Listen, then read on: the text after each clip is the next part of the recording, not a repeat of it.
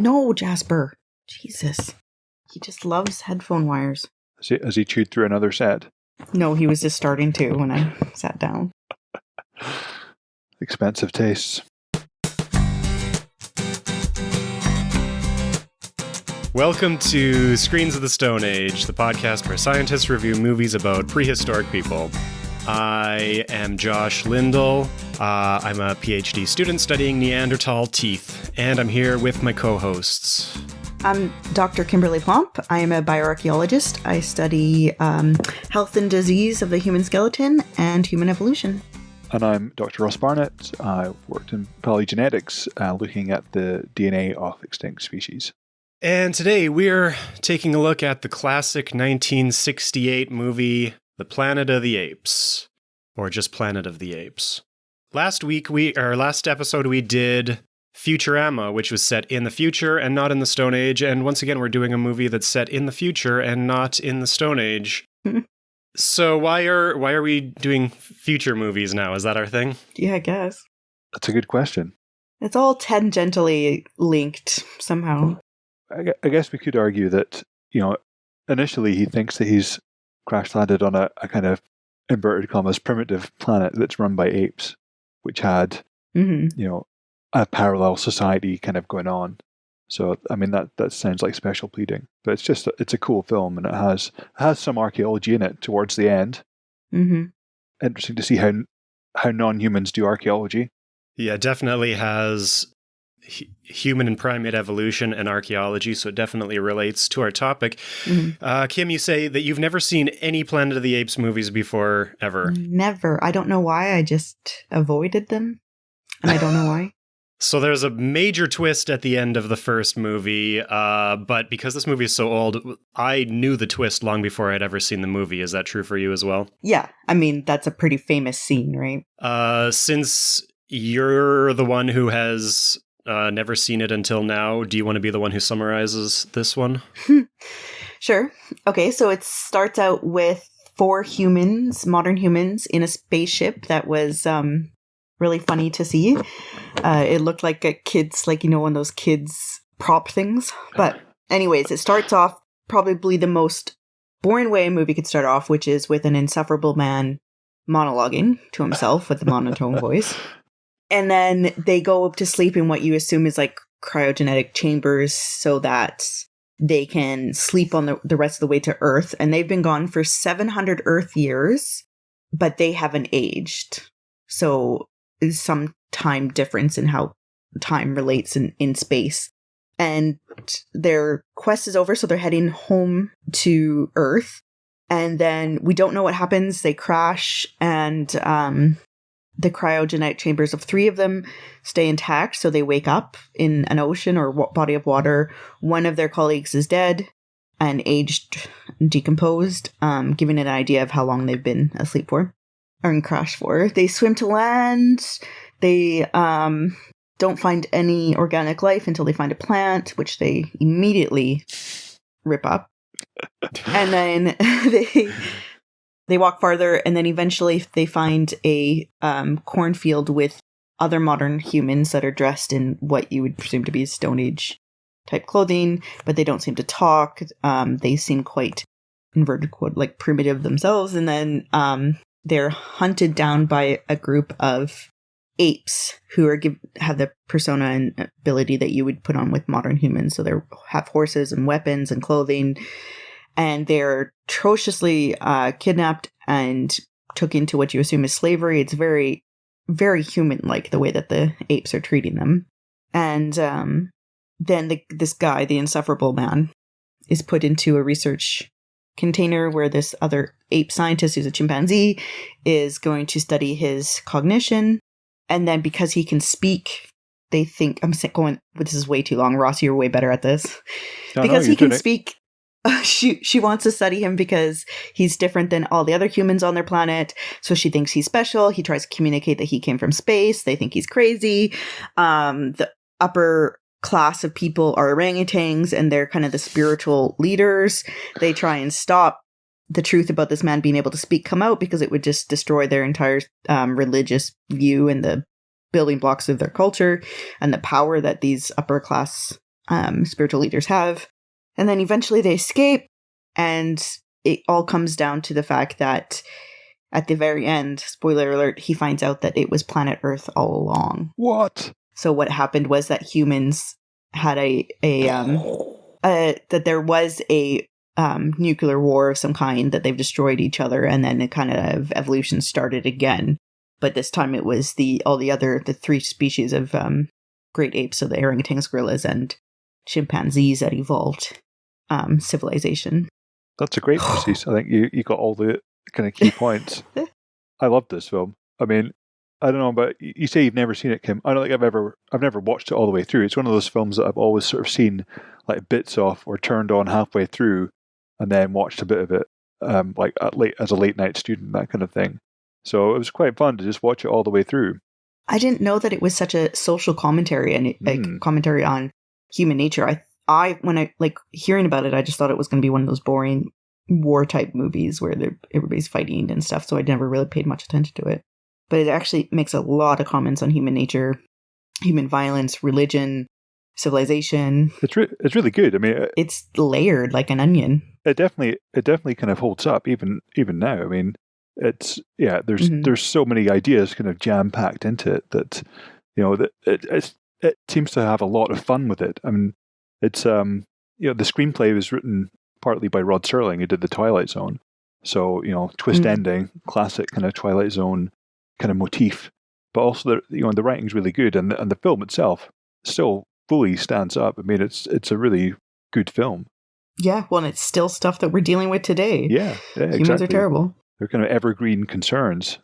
Oh, and then the reason why there was areas with no organic life is because humans had destroyed the ability for life to form there, which is what we're doing.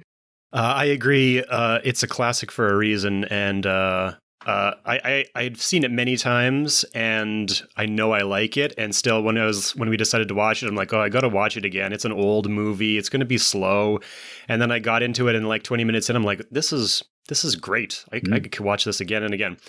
Let's stick to our typical format where we start off picking out the scientific inaccuracies. Like Futurama, this one's a little different because it's in the future, so we can't criticize the portrayal of the past. But there are some very obvious scientific problems with this movie, which we can get out of the way quickly, I think. Mm-hmm. The main thing being the portrayal of evolution. Yes. Yeah. That there's one end point, and if you start again, it always ends up with human civilization or human-like civilization. Well, definitely, I think the timescale as well. So you're kind of told the timescale, which is like 7,000 years is how long they've been away for, according to their. Oh no! Actually, so they were planning to be away for 700 years, but then things went wrong, and then they woke up 2,000 years later. Was it so 2,000 they're actually gone years? For 2,000 years. Okay, got you. So which is still not long enough. No, that's not long enough for anything. So I mean, no. this is something that's kind of in the new Planet of the Apes films. I think I've only seen the first one, but they kind of go some way to explain this. Obviously, 2,000 years is not enough time for anything to happen, kind of evolutionarily wise. But in the new Planet of the Apes films, which we may discuss at some point, they I guess, retcon this. I'm not sure what it says in the original book, but they do a really good job of explaining that actually, no evolution has happened. It's about genetic manipulation of the apes, the gorillas, the chimpanzees, and the orangutans that happens while these guys are off flying their wee spaceship. And that explains why everything's kind of topsy-turvy when they get back, which is a slightly different kind of slant from this film, where it's talking about, some kind of war that kills off all the advanced humans and somehow the apes take over. So, yeah, it gets evolution pretty wrong. But I think there's something to be said about, the idea that maybe if humans weren't around and kind of apes were left to their own devices, there might be some kind of selection for intelligence, the same way that there has been in the kind of human lineage. Obviously, if that happened, they wouldn't end up speaking English in American accents in what is clearly Western California. But, and he's so lucky that they did speak. I thought that too. I'm like, isn't he so lucky that they speak English? And then even then languages evolve so much that even if you're speaking English in 2,000 years, we still wouldn't be able to understand it. Absolutely. I mean, I think that's almost a worse kind of problem with it than the fact that apes take over, is that in 2,000 years, they can still understand each other. I mean, if you think about, what were they speaking where you were sitting 2,000 years ago? I mean, for me, it would be some kind of, Pictish or kind of Bronze Age language that we wouldn't even recognize. Not even... Yeah, I can't even understand Shakespeare. Yeah. So that's another big issue, I think. But, maybe they found all the human books and taught themselves to read. Who knows? But I found it absolutely crazy. Well, yeah, but only the human English books. And then they didn't evolve the language from then. Yeah. What I thought crazy was when the Charlton Heston or whatever was monologuing about how they've been away for 700 years, that there was just no worry that they have been away from Earth for 700 years and they were just going to fly back, and that everybody was going to be ready for them, have the proper equipment for them, that everything was going to be the same. Like 700 years, people would have forgotten that there was a spaceship up there, right? It would have become myth if it was even remembered. Yeah. And like technology, if the Armageddon or whatever hadn't happened and humans had just kept going the way that we're going, it would have been drastically different anyways in 700 years. Probably they would have had nowhere to land. And what even was their mission? You say the boring kind of monologue at the beginning where he talks about stuff that I can't even be bothered remembering. He doesn't actually say what their mission was. What were they doing flying at the speed of light away from the Earth? Just this human spirit of adventure. That's it. To boldly go. I mean, wouldn't that be crazy though, to just be like, you're like just living or whatever, then this spaceship lands and they're like, we've been gone for 700 years. Like, what? Well, it looks like there's maybe been some selection, because they do talk a bit about how, what's he called? Taylor, the Charlton Heston character, he kind of hates humanity and thinks there must be something better out there. So he's kind of been selected for misanthropy, I guess, before they kind of put him on the spaceship. Yeah, that's why he wanted to leave. The other astronauts don't really get much of a look in. Poor Stewart is her name. It doesn't get any lines at all. Well, no, and she was described as cargo.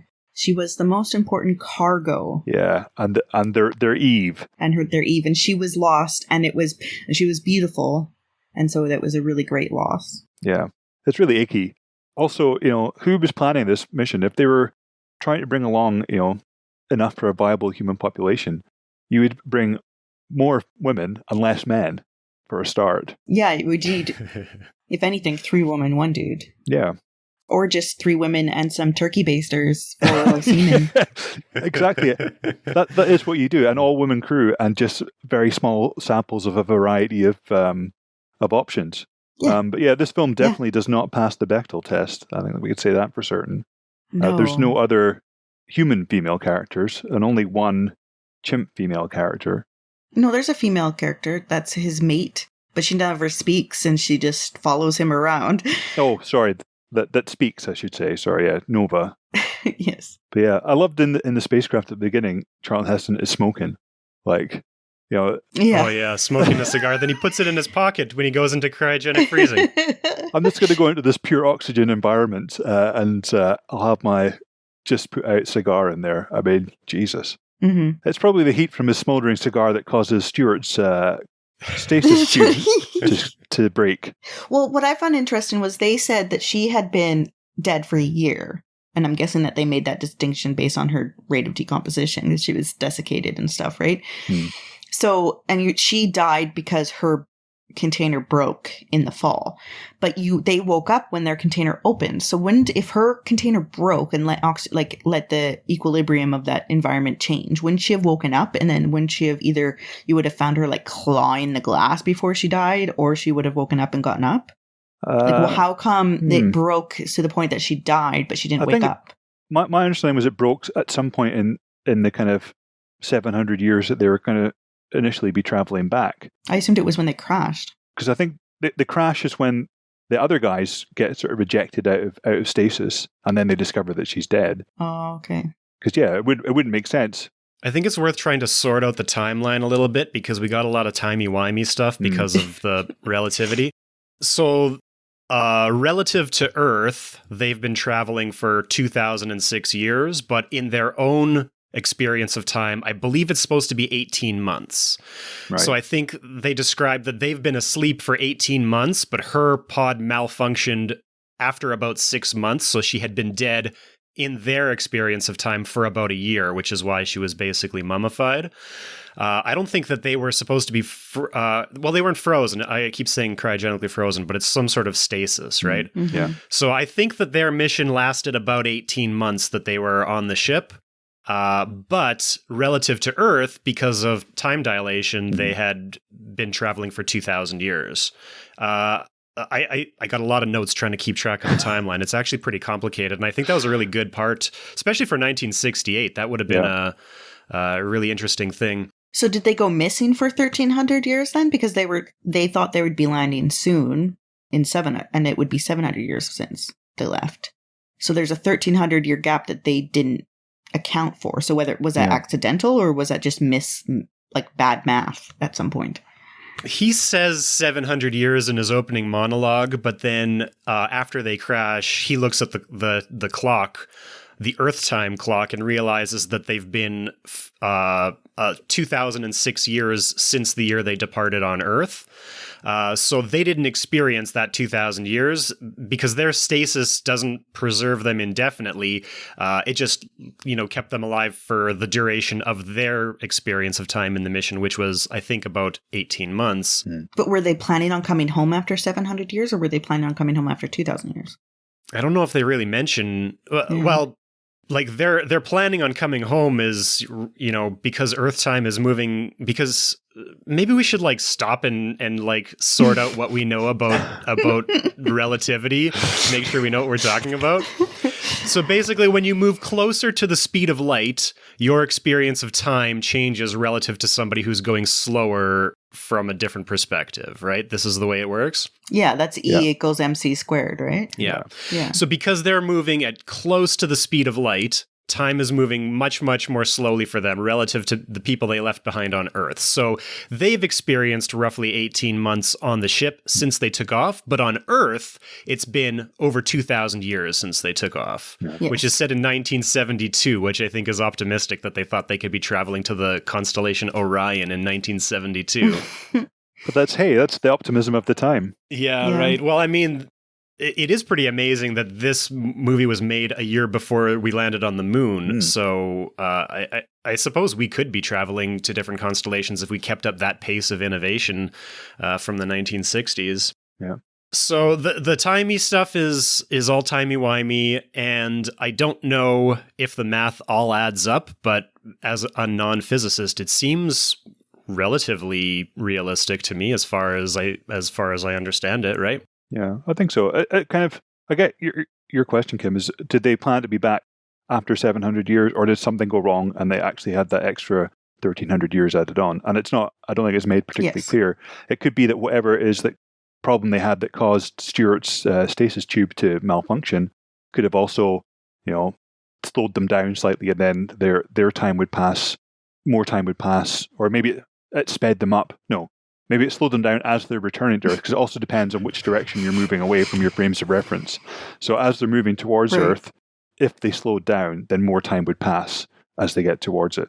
I think that's what would happen. Right. So but here's another problem. They were going to the constellation Orion, but they crashed on Earth. So at some point, the ship turned itself around and came back to Earth, and that's not really explained. Well, I thought they were coming home from their expedition. Yeah, I think that's what. I think were they're they coming home? I think that's why he was doing his initial monologue at the beginning. Is that's him? Whatever their mission was, they'd done it. They're done. Yeah, that's why he's having the cigar and stuff. They've got a really good view of Orion from close up, and now they were coming back. Yeah. Oh, interesting. So I've seen this movie many times, and I never caught that part. So that does make a lot more sense. But then why did he think that they'd crashed somewhere in the vicinity of Orion, rather than finishing their mission and crashing on Earth? Maybe because he's full of shit. I thought he looked at the dials and the dials were just wrong latitude. When he looked at the clock, wasn't there? But Taylor's he's a total asshole in the first 3/4 of this film. He's just a complete dick. He's an asshole the entire way through. Okay. He's the most insufferable man. Yeah, he is pretty horrible. Taylor or Charlton Heston? Both, I think. Well, let's try and separate them. I mean, definitely Taylor, as played by Charlton Heston, is an asshole, and he's an asshole to everyone. He doesn't seem to care about anyone or anything, and that might be great acting on the part of Charlton Heston. I hope. I've never seen Charlton Heston in other things, so I don't know. I've only seen him in Bowling for Columbine. Saying they'll never take away my guns. Okay, let's just say asshole then. Actually, I've also seen him in Wayne's World 2. He's very good in that. What? Who is he in Wayne's World 2?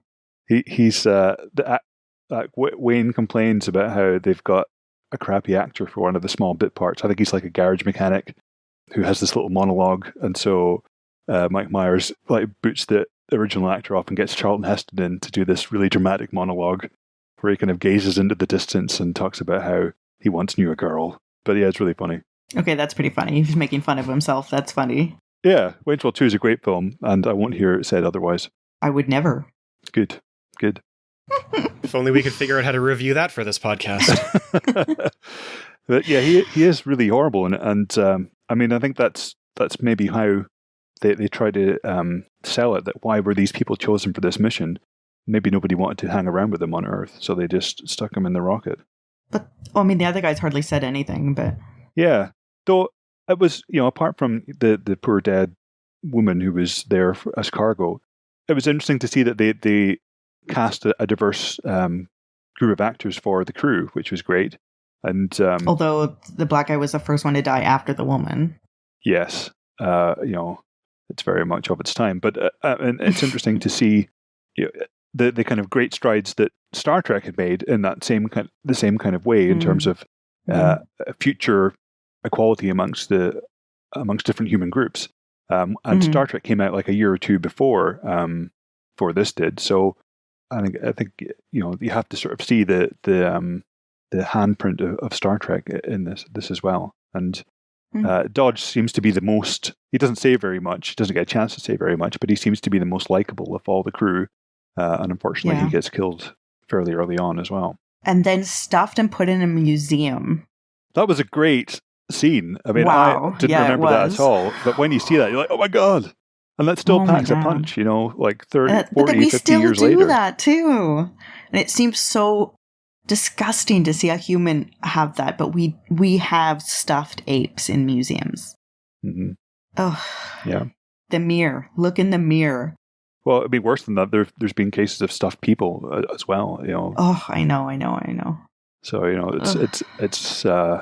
it provokes a visceral reaction, even in film, but how much worse would it have been to see it in life? Mm-hmm. And I thought they did a really good job of making that look real too. Yeah, like a poorly put together museum display. Yeah, it was really good, and that's something that's true of the whole movie. The makeup still is great. Yeah, it's still fine. Yeah, because it's all practical effects. It doesn't age the way that the CGI does, and so yes, you can see it it's a bit rubbery, but you can still lose yourself in the kind of, you can suspend your disbelief enough that it feels like chimps and apes and gorillas and orangutans that you're watching. Well, and I think one important aspect of the makeup that they did was they left the eyes, like they integrated like the skin color and stuff with the eyes, but they left not only the human eyes, but also the movement of the eyes and the skin around the eyes. So there was actually, like blinking and winking and wrinkles, and just a lot of that eye movement that we take as communication was retained in the ape costumes, which I think was important. If that was all plasticized, it would be harder to like feel anything for them or see them as humanish. One question for you guys: what do you think about the sort of evolution of language in the humans? The idea that the humans have somehow presumably evolved to not have the ability to speak anymore? Well, she said it wasn't their like vocal track or anything, that they had the anatomy to be able to do it, but it was something in their brain which she hadn't found, something missing in their brain, which is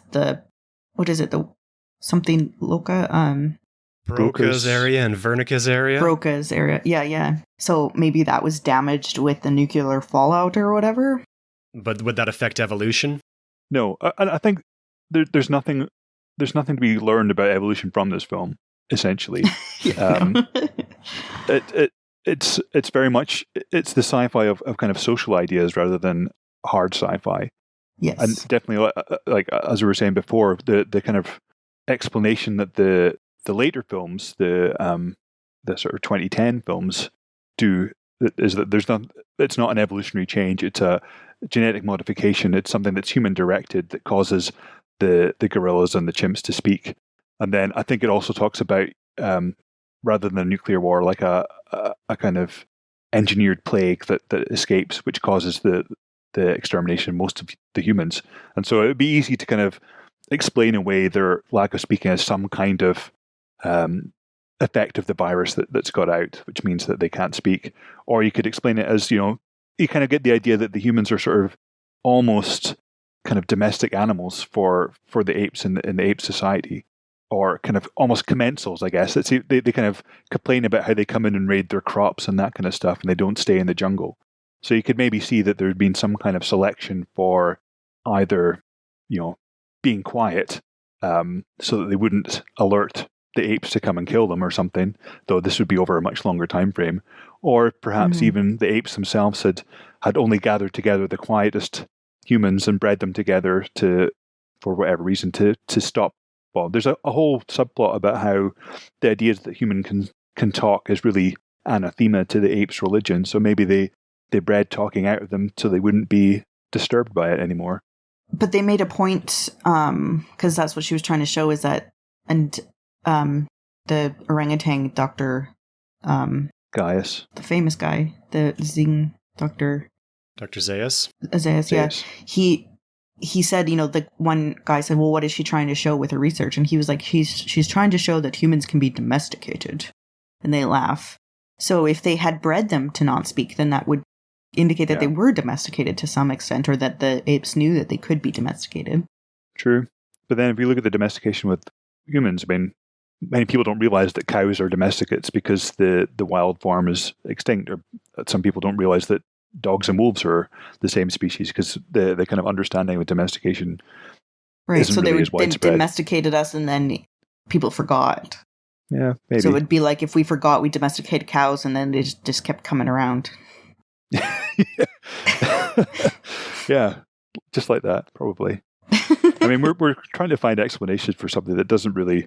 I mean, we probably put more thought into it than probably the producers did.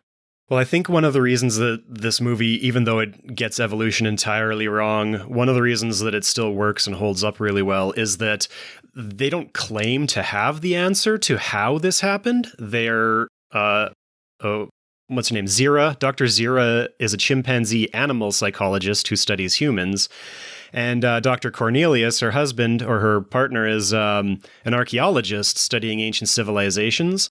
And so they've together found evidence that there was an advanced civilization of talking humans in the past, and they're trying to put back together how that happened. Yeah. And they don't actually know. And that's one of the reasons why I think the new trilogy, I think it's really great. And like you said, it retcons a bunch of stuff. And I think it's one of the rare cases where that actually improves the original for me, because it takes all these things where like, well, they get evolution all wrong. And then now you can look back on it and be like, they never say anything conclusively. And this explains it a lot better. And I really think they work really well for that reason. Yeah. I'm going to have to go back and check out the second and third one, because I did really enjoy the first one. And then I didn't catch up with the other two, but they got really good reviews as well. And I also feel sorry for the other crew member as well, Lambert. And it's another nice scene with him when is it Landon? The only one that's left after the other two have been killed. And you find him, and then there's the big reveal that he's been kind of lobotomized and gelded, which is the thing that they kind of threaten all of them with at some point, which is quite scary. Mm-hmm.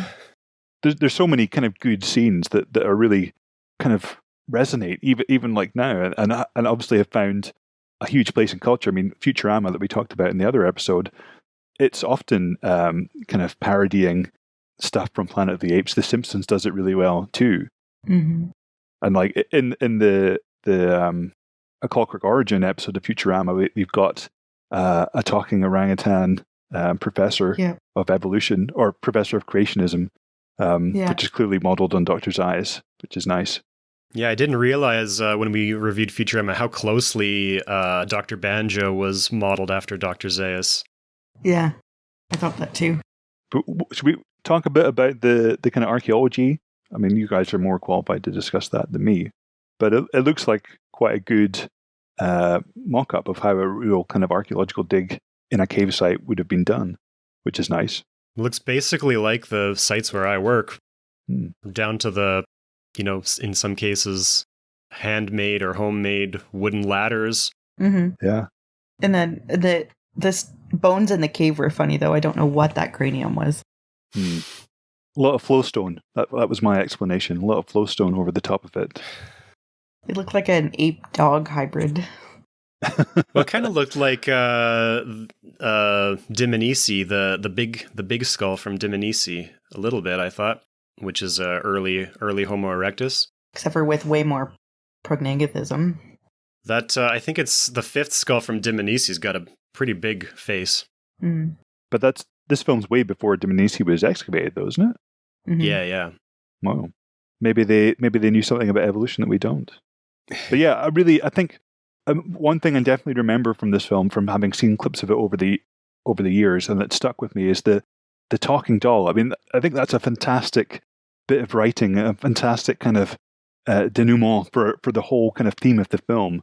Mm-hmm. And it's just one of those scenes that really kind of sticks with you. The idea that you've got Dr. Zeiss, who, as well as being, what is it, he describes himself as Minister of Science and Defender of the Faith. I mean, that's fantastic as well, to have those two things in one individual, and how seriously they take both of those roles. But to have him at the archaeological site, and then you've got the glasses and the heart valve that he's dug up from the gravesite, and the doll. And then Zeiss is explaining everything away. He's not explaining them. He's explaining them away and saying these could be for various ape things. And even his granddaughter has a doll of a human. And then you've got Nova, the kind of silent human woman, playing with the doll. And it lets out a kind of really kind of painfully mechanical mama sound. And it's just amazing. I mean, watching it again today, I was just thinking, wow, if any modern films had half the kind of punch of those scenes, then we'd be happy. Yeah, and something that's simple that could crumble their religion. Absolutely. But then Dr. Zayas admits that he knew all about that he's just been trying to hide it, or else everything will crumble. Which, I mean, I thought the guy, him being both the minister of the faith and the scientific minister, was very poignant with what's happening in the United States right now, where there is a mixture between politics, religion, and science, and it seems to be commingling into each other, and science is getting run over by religious views, really, and religion with politics too. It's really subversive for a film of the 60s, and yeah, you're absolutely right, Kim. I mean, that when Charlton Heston goes on trial, it's essentially a kind of a reverse Scopes trial. They're accusing him of being, the evidence for some kind of evolution, and how could you plead against that? And the idea that, like you say, that this Dr. Zeiss is a defender of the faith, and he's been working behind the scenes to cover up evidence that the sacred scrolls are just paper written by orangutans. That feels really subversive for 1960s America. Feels fairly subversive even for 2020s America to have come up with that. Hidden in what was marketed as a kind of kids film, there's some really deep and subversive ideas, which is great, and something that we don't really see enough of. Yeah, which we haven't moved beyond either. So it was obviously plaguing then and still plaguing now. Yeah. What I enjoyed was, I thought was interesting, was when Taylor was being questioned, and they were like, I can prove, if you can answer these questions, then we know that you're real. And then he asked these religious based, you'd only know if you studied their particular Bible questions that have no relevance to the actual world or history, and because you can't answer that, then you failed their test. And that's what it feels like talking with a creationalist, right? Absolutely. It's that you're like, no, I can't answer that because you just made that's made up. There's no grounding for it. And just the frustration that Taylor felt, like he just looked at him like, are you kidding me? One thing that I loved about that scene is did you notice that they fit in the wise monkeys, the wise apes? So the three orangutan, one of them does this the see no evil, and then the other one goes hear no evil, and then the other one goes speak no evil, and they all have their hands. Yeah. I like that. I thought that was cute. That's really fun, isn't it? Yeah. And because it's a really fun moment, and it is quite a serious film. It takes itself quite seriously as well, and so you really need those kind of scenes as kind of a release valve for all the kind of pent up seriousness that's the rest of the film is. Yeah. I kind of drew some parallels in sort of like the broad picture of this film. I kind of drew some parallels to William, which is the first movie we reviewed, which our conclusion was that William tried to do too many big commentaries, and it would have done better if it had focused on just one, right?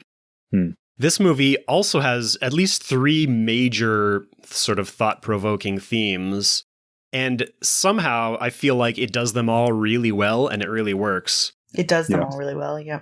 There's the evolution versus creationism, or science versus religion more broadly. That's a major theme. There's also Charlton Heston's or Taylor's nihilistic attitudes towards humanity in general, just like, oh, humans, what a bunch of bastards. Yeah, and then at the end we had proved him right because we had done exactly what he feared, which was annihilate everything.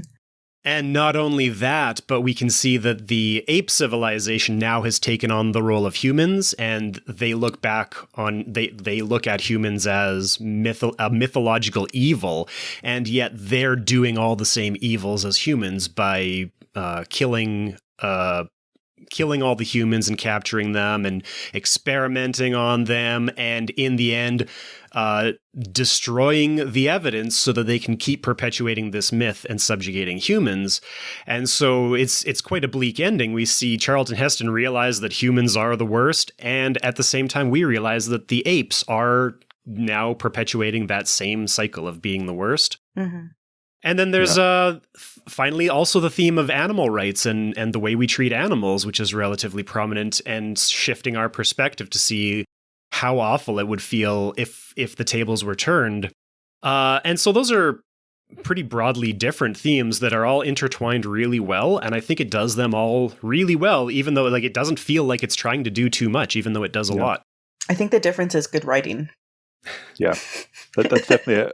You know, they've got one of the best writers of the time in place. But I mean, it's also, I think, it has a couple of things going in its favor. One, it's not set in our time, so it's free that we don't have to nitpick about, you know, particular things like the science or anything. It's just really free with its world building, and that gives it a lot of kind of freedom as well to kind of place these ideas in a kind of novel context.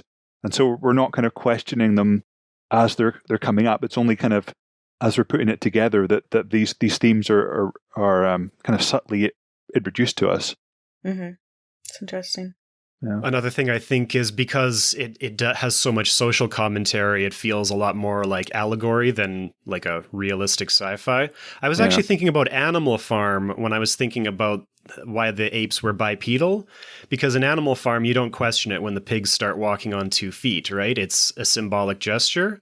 And also in the new movies, when Caesar, the sort of the mythological hero of the future apes, when he starts walking on 2 feet, he hasn't evolved to walk on 2 feet. He's made a decision to make a symbolic gesture, showing that they are now taking the place as the dominant animal and fighting back. So that's another one of the reasons why it's pretty easy to let go this weird evolution that's happened, because it's an allegory. It's not supposed to be a realistic sci-fi. Yeah. One thing I found interesting too is that I was just going to say that the world that they live in seems to be very Stone Age. It's all very modern looking, but it seems to all be made out of stone. You never see any proof of electricity or a metal or anything, but you assume that it's there. So I don't know if it was aesthetic that they chose everything with stone, or if they were trying to play off the whole like primitive civilization become civilized. I think it's a bit of both. So I read some of the background that in the original novel, primitive was in inverted quotes. Huh? I did the quotes, but then people not who are listening can't hear it. So inverted quotes. In the original novel, they're supposed to be living in a kind of 1950s, 1960s style ape society, where they have cars and electronics and stuff. But I think it was a budgetary constraint that suggested that they get rid of that and just have a kind of more simple society. Although there appears to be metal in the guns, I think that's the only thing that we see that has metal in it is the guns and the weapons that they use. Yeah, and I guess the stirrups for the horses. The guns do seem a little out of place in the sort of Flintstones aesthetic. They're pretty modern-looking rifles. Yeah, but again, it could be aesthetic. I mean, I would love to live in one of those stone houses. That looked great. Beautiful. Nice and cool in the summer. I mean, it's such a quotable film as well. I mean, just going through it, there's the "You maniacs, you blew it up." That's like one of the best film endings ever. It's fantastic. Yeah. And there's so many lines from it that are iconic, even if you haven't seen it, like that. Yeah. You damn dirty ape. Yeah. But even some of the lesser ones are really great too. So ones that I kind of wrote down, and it ties back into what you were saying about how the trial that Taylor goes on is like talking to creationists. When I don't know if it's Zayas or one of the other orangutans says there should be no contradiction between science and true faith. I mean, that is verbatim what you hear creationists like Kent Hovind, like Ken Ham. This is exactly the words that they say. They talk about real science, which proves the Bible, which is true a priori. And so, I mean, either they kind of paid attention to the Scopes trial, or they kind of talked and knew the kind of evolutionary culture wars that were going on in the 60s. And so these kind of quotes ring incredibly true, because it's still the same kind of arguments that are being used today. I mean, the kind of creationist arsenal of arguments hasn't evolved at all. So it's interesting that Dr. Zayas knows the truth about the past, and he's actively covering it up to promote this false narrative. If this is so closely modeled on real creationist preachers, do you think that real life creationist preachers know that they're promoting a lie and are actively trying to discourage it, or do you think that they actually believe what they're promoting? My personal opinion is that there's a mix. So I think that there's people who do genuinely believe it with all, everything. And then there's some people who say they believe it for profit. I mean, it's the same way with, you can do anything like the anti-vaxxers, like people who are anti-vaxxers, who then, they're in positions like Fox Media or something, like they're in those positions where they're talking to the public and they're propagating this anti-vax propaganda, but then they themselves are vaccinated. So there's this disconnect between how they're treating themselves and what they're trying to make money off of. And I think that could be the same thing. And I think probably the more, like the preachers that you see on TV that are, asking you to send $5 and they'll pray for you. There's no way that they could actually believe in what they're spouting, because the incongruity between what they're spouting and the way that they're living is so different that I don't think that you can make that. So even if they are lying to themselves deep down, there is a question about it. But some people probably do really believe it. But if you really believe it, then you shouldn't be making that much money off of it. It's a cycle. I don't know.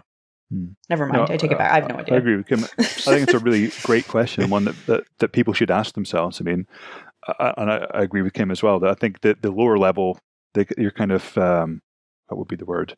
Your baseline creationists, they probably do believe it. But as you move up the kind of hierarchy, it becomes a grift, and your kind of Ken Hovins and your Ken Hams, the ones that have made a living out of creationism. Well, and it's the fact that you don't really believe it gives you the strength and the ability to be able to manipulate it to make money, right? I mean, these guys that have kind of created creation ministries, and it's become a career for them, then they psychologically they can't openly disbelieve it, because you can't, if your livelihood depends on it, then you can't change your mind. Essentially, you've got to bring in the rubes that are going to give you the money. And so, I mean, I've watched a lot of Ken Hovind and Ken Ham, the two that kind of spring to mind, and they're deeply weird people for a start. Just I mean, these are not the kind of people that I would like to spend much time with. But it does sound like there's it's almost like a crystallized viewpoint that they have, which they can never change. And it doesn't matter how much evidence or how much debate you have with them, it's not going to change because their livelihood depends on them not changing. Yeah, they've Their got money. too much stake in it now that they can't. Yeah. I mean, it's the same, like, did Jim Jones really believe in all that stuff? I don't think so. I think Jim Jones the entire time knew that it was a farce. He just wanted power and control. And then once he was losing that, he offed himself and everybody. I mean, it's the same, you know, if again, but the people, his followers, a lot of them did truly believe in what he was saying because they wanted to, they needed to believe. He didn't need to believe in what he was saying. He just needed them to. So I think, I mean, I'm an atheist, and so I don't see that much of a difference between Jonestown and some religions. But then again, when you have thousands of people worshiping you, combined with probably a ton of cocaine, like, I'm willing to believe that Jim Jones, you know, thought some significantly magical things about himself. Mm-hmm. Yeah. Yeah. It's a tricky one, and we'll never know. But then if he really, really believed it, he wouldn't have killed everybody. But then he also kill himself? Yeah. Yeah. And it's one of those things we'll never know the actual answer to because we're not going to get it from the people that would be able to tell us. No. It's just, a kind of psychological impossibility, but it's something to think about for sure. And then there's the whole disentanglement of what you yourself are telling yourself to believe versus what you really believe, like that deep down iggly feeling when you say something, right? You can pretend to believe something even to yourself. Or so I've learned from my ex-boyfriends. I'm kidding.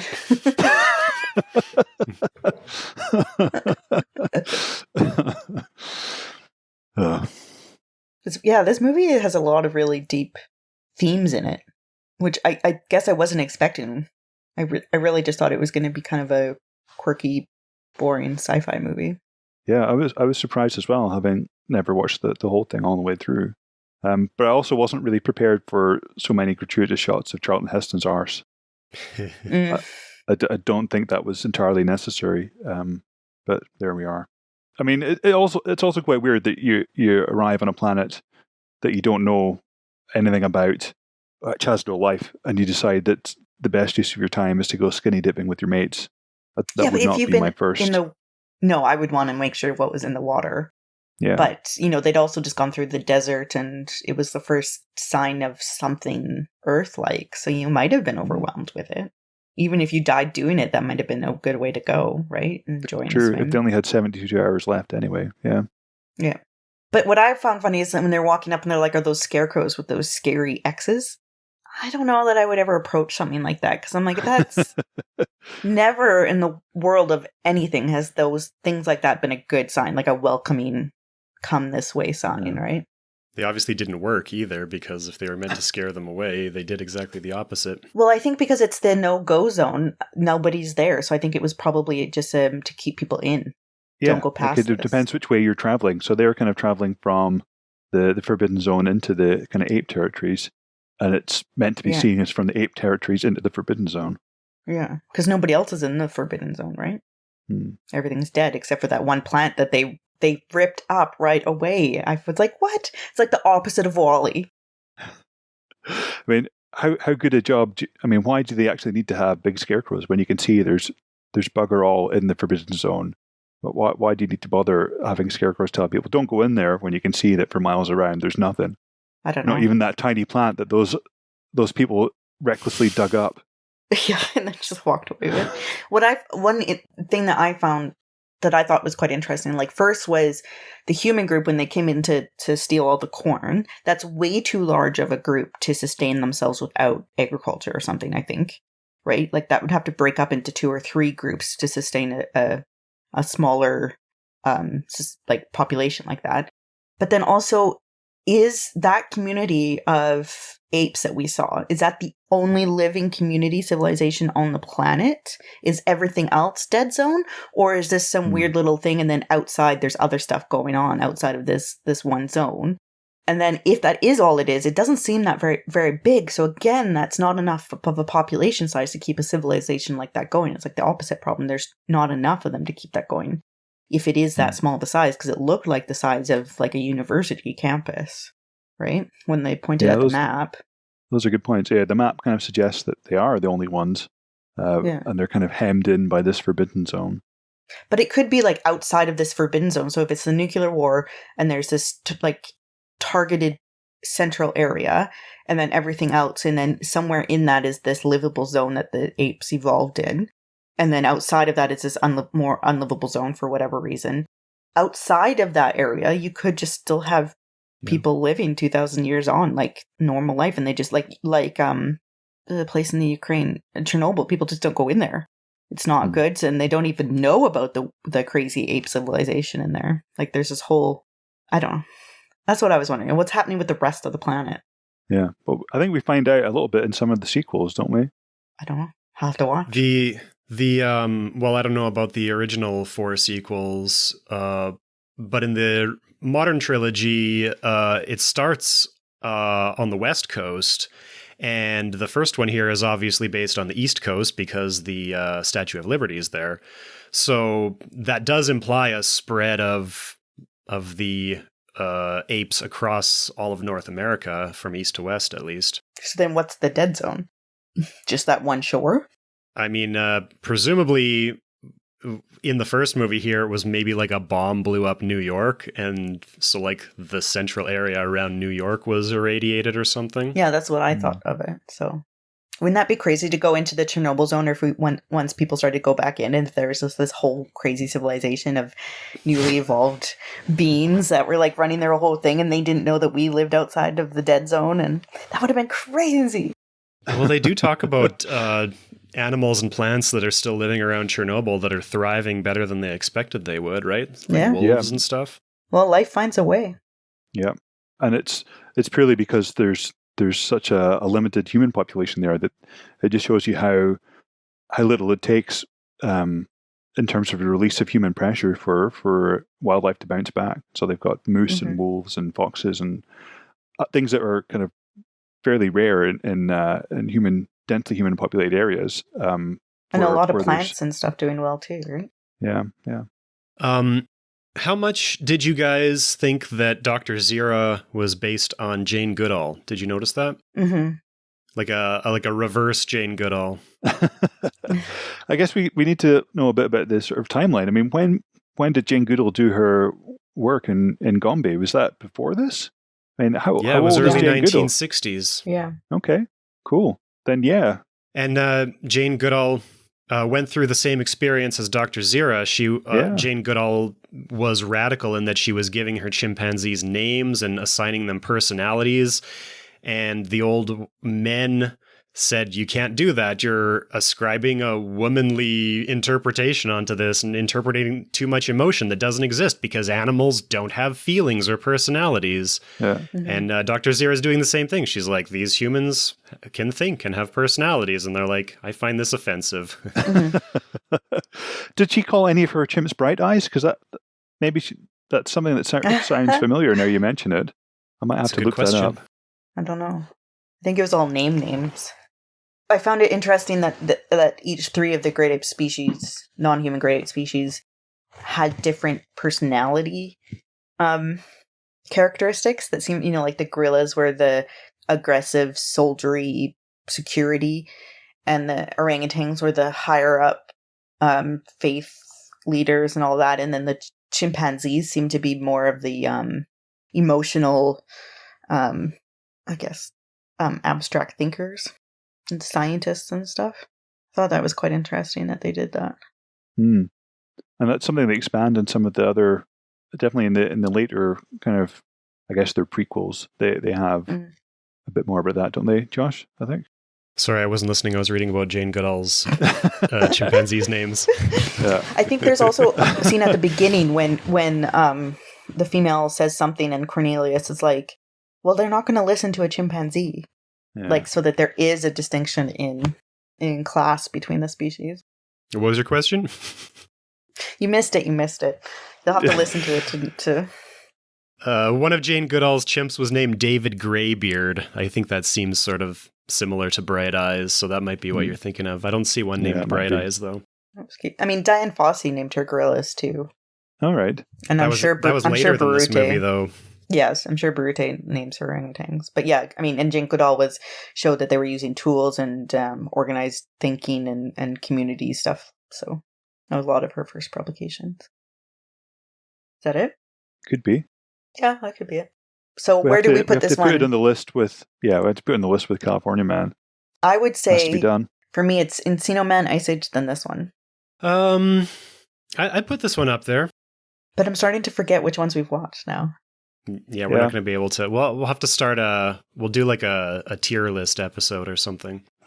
Yeah.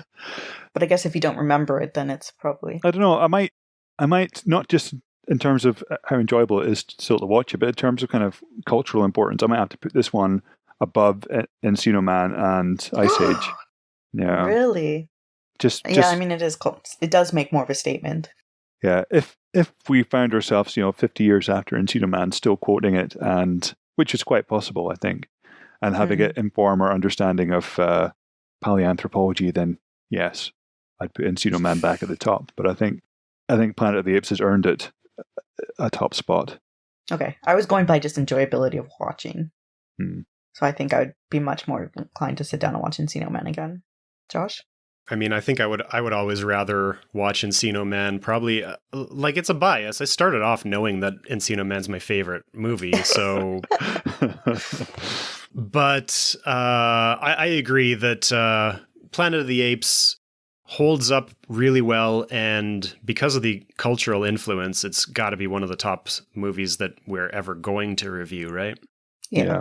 I mean, if it was made again today for the first time like that, it would still feel like it was poignant with today's scientific, religious, and political environment. You know that in between the original 5 movies and the modern trilogy, there was a 2001 just straight up remake, and it was terrible. Oh, really? And it was Tim Burton. Yeah.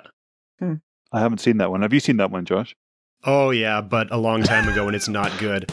The problem is that there's the twist at the end, and everybody knows it, but so they have to have the twist, but they can't have the original twist because everybody already knows it. So they do a new twist, and it doesn't make any sense. It just changes the entire movie. Just doesn't make any sense. No, if you're going to remake a movie, just remake it scene by scene. I remember when that one came out in 2001, so how old would you guys have been when that happened? 16. Yeah. That was the right age for a sci-fi movie.